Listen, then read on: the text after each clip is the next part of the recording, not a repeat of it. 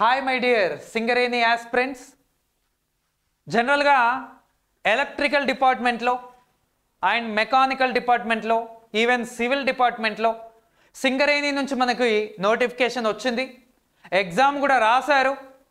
ఇంకా చాలామంది students results కోసం వెయిట్ చేస్తున్నారు.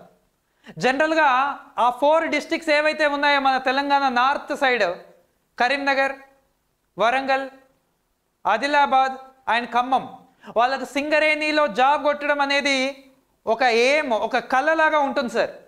అందులో నేను కూడా మీకు తెలిసి ఇంతకుముందు E&M కోసం నేను కూడా ఎగ్జామ్ రాసి దానిపైన సంథింగ్ వాట్ హ్యాపెండ్. ఆ విధంగా ప్రతి ఒక్కరికి సింగరేణిలో జాబ్ అంటే అది ఎంత రిస్క్ అయినా సరే అదొక ఎయిమ్ లాగా, ఒక ప్యాషన్ లాగా ఫీల్ అవుతుంటాం సార్. అందుకని ఆ నోటిఫికేషన్ కోసం వెయిట్ చేశాము.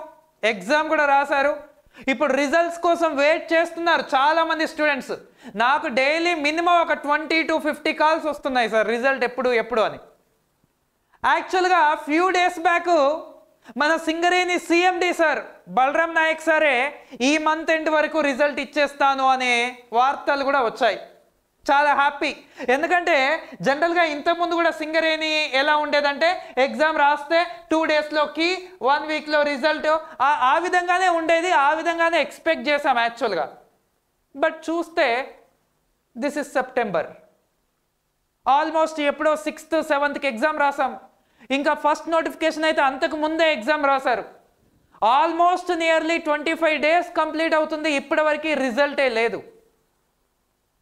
అప్పుడు ఏమవుతుందంటే స్టూడెంట్స్ అందరిలో కూడా ఒక భయం అనేది స్టార్ట్ అయింది సార్. ప్రతి ఒక్కరికి, ఆస్పిరెంట్స్ అందరికీ ఒక భయం స్టార్ట్ అయింది. రిజల్ట్ వస్తుందా రాదా సార్, ఒకవేళ వస్తే జెన్యూన్గానే వస్తుందా సార్. కొంతమంది స్టూడెంట్స్ కాల్ చేసి, సార్ ఎలాంటి మాల్ ప్రాక్టీస్ లేకుండా ఎగ్జామ్ రిజల్ట్ రిలీజ్ చేయాలని ఒక క్యాంపెయిన్ రన్ చేద్దాం సార్ మనం ఆన్లైన్లో, ఒక లెటర్ రాసిద్దాం సార్ మనం బలరాం నాయక్ సార్కి. ఇలాంటివి చాలా క్వరీస్ అన్నమాట సార్. అసలు చాలా క్వరీస్. జనరల్గా కొంతమంది స్టూడెంట్స్ అక్కడ ఏదో జరుగుతుంది సార్, ఏదో మొత్తం మీద అన్యాయం జరిగే ఛాన్సెస్ ఉంది సార్ అని కొంతమంది స్టూడెంట్స్. వీళ్ళందరికీ ఎక్కడి నుంచి ఇన్ఫర్మేషన్ వస్తుందో నాకు తెలియదు, కానీ చాలామంది స్టూడెంట్స్ ఆ భయంలోనే ఉన్నారు. కొంచెం సింగరేణి యాజమాన్యం, సింగరేణి CMD సార్కి, ఆస్పిరెంట్స్ అందరి తరపున రిక్వెస్ట్ సార్, వీలైనంత త్వరగా అత్యంత పారదర్శకతతో ఎలాంటి మాల్ ప్రాక్టీస్కి అవకాశం లేకుండా రిజల్ట్ వీలైనంత త్వరగా రిలీజ్ చేయాలని, అది ప్రతి స్టూడెంట్ నుంచి కూడా, మా నుంచి కూడా రిక్వెస్ట్ సార్. అయితే ఇది జరుగుతూ ఉంటే రీసెంట్గా వేరే సార్ కాల్ చేసి ఇది పెట్టాడు. దాని తర్వాత చాలామంది స్టూడెంట్స్ ఇది పెట్టారు సార్ నాకు. ఏంటి, ముందు పైసలు కాదు ధృవపత్రాలు, నిరుద్యోగం శాపమా, తలరాతలు మారేదెప్పుడు, నిరుద్యోగులు జీవితాలు బుగ్గిపాలేనా, అర్హత ఉన్నవారు అన్యాయానికి గురి అవ్వాల్సిందేనా. ఇవన్నీ కూడా అంటే స్టూడెంట్స్ చదివినప్పుడు వాళ్ళకి చాలా బాధ అనిపించి చాలామంది స్టూడెంట్స్ కాల్ చేశారు సార్. దాని తర్వాత ప్రభుత్వ పెద్దలు, సింగరేణి అధికారులు సూత్రధారులే, అరికడతారా అన్యాయం చేస్తారా, ముఖ్యమంత్రి జోక్యం చేసుకోవాలంటున్న నిరుద్యోగులు. ఇలాంటి వార్త ఒక 15 డేస్ బ్యాక్ వచ్చింది సార్. యాక్చువల్గా నేను లైట్ తీసుకున్నాను, అంత ఏం జరగపోయి ఉండొచ్చు అనుకొని. బట్ చాలామంది స్టూడెంట్స్ మళ్ళీ దీని గురించి రిపీటెడ్గా కాల్, సార్ ఇంతవరకు రాలేదు, మంత్ ఎండ్ అన్నారు, ఆగస్ట్ అయిపోయింది, ఇప్పుడు సెప్టెంబర్లోకి ఎంటర్ అయ్యాము, ఇంకా రిజల్ట్ ఇవ్వట్లేదు సార్.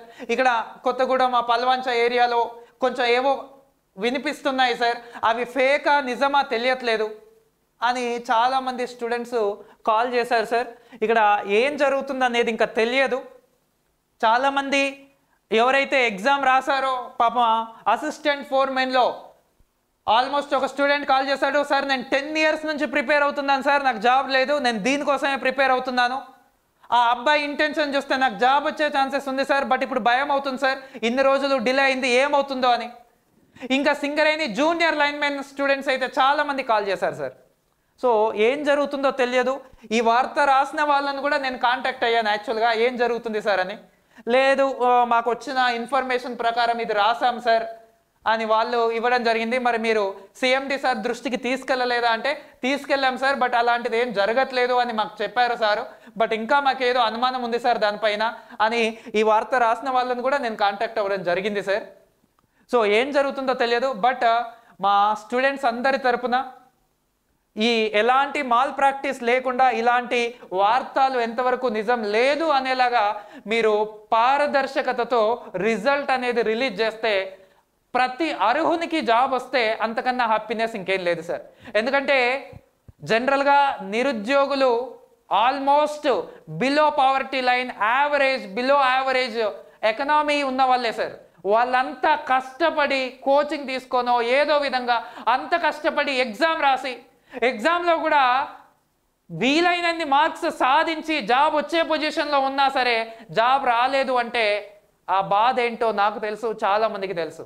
అలా మిస్ అయిన వాళ్ళు చాలా మంది ఉంటారు. సో అంత యుద్ధం చేసిన తర్వాత కూడా జాబ్ మిస్ అవుతాయి. ఒకవేళ జెన్యూన్గా మిస్ అవుతాయి ఓకే సార్, బట్ అది వేరే విధంగా మిస్ అవుతాయి. మనీ ఉన్న వాళ్ళు లేని వాళ్ళపైన యుద్ధం చేసి వీళ్ళు గెలిచినా సరే నువ్వు ఓడిపోయావని చెప్తే అప్పుడు ఎంత బాధ ఉంటుందో నిరుద్యోగులు ప్రతి ఒక్కరికి తెలుసు. జనరల్గా అలాంటివి ఇప్పుడున్న సిచ్యువేషన్లో జరగట్లేదు అనే కోరుకుందాం సార్. బట్ అలాంటివి ఏమైనా ఉంటే సిఎండి సార్ ప్రత్యేకంగా తీసుకొని అలాంటివి ఏం లేకుండా నోటిఫికేషన్ క్లియర్ చేయాలని, రిజల్ట్ కంప్లీట్గా పారదర్శకతతో ఇవ్వాలని మనస్ఫూర్తిగా కోరుకుంటున్నాను సార్. సో ఇంకా ఇలాంటి ఇన్ఫర్మేషన్ కోసం ఇంకా ఏదైనా ఉంటే నేను అదే ఆల్రెడీ వార్త రాసిన వాళ్ళని కూడా కాంటాక్ట్ అయ్యాను సార్. ఫైనల్గా మనకు కావాల్సింది ఏంటి సార్ అంటే క్లియర్గా రిజల్ట్ ఇవ్వడం, వీలైనంత త్వరగా ఎలాంటి మాల్ ప్రాక్టీస్ లేకుండా అలా ఇస్తే చాలు. చాలామంది స్టూడెంట్స్ ఎవరైతే రియల్గా కష్టపడ్డారో వాళ్ళకి జాబ్స్ వస్తాయి. వాళ్ళకి జాబ్స్ వచ్చినాయంటే finally happy sir. Okay, so ఇంకా దీని గురించి ఇన్ఫర్మేషన్ ఏదున్నా సరే నేను వాట్సాప్ గ్రూప్లలో షేర్ చేస్తున్నాను సార్ ఆల్రెడీ. ఇక రిమైనింగ్ అంతా కూడా నేను షేర్ చేస్తాను.